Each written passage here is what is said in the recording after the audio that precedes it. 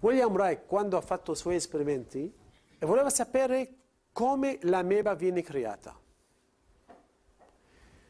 Allora, lui ha chiesto al suo amico, ha detto, mi puoi dare una cultura di amebe? Il suo amico dice, guarda che non c'è cultura di amebe. Escono queste amebe. Lui non era convinto e aveva lo spirito del genio. Allora ha preso una foglia di una pianta, ha fatto un processo di sterilizzazione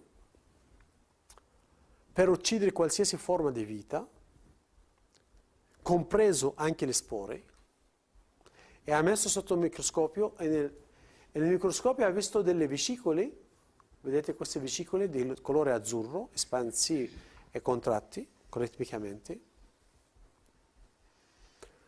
Ha messo sopra il microscopio una camera cinematografica e prendeva un scatto ogni tanto per 2 settimane.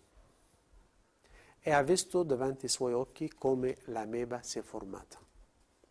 Da queste vescicole che si chiamano bioni, che si trovano dappertutto, nell'aria, nell'acqua, dappertutto,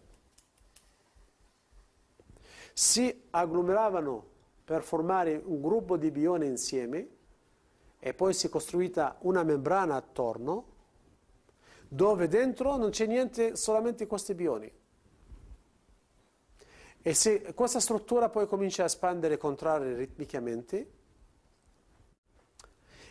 e se guardiamo in profondità non troviamo dentro niente che è conosciuto in biologia, e c'è questo filmato fino adesso documentato all'Istituto di Maine, l'Istituto di William Reich nello stato di Maine, negli Stati Uniti, quindi è aperto al pubblico e si può vedere il filmato e poi come questa struttura si trasforma in ameba.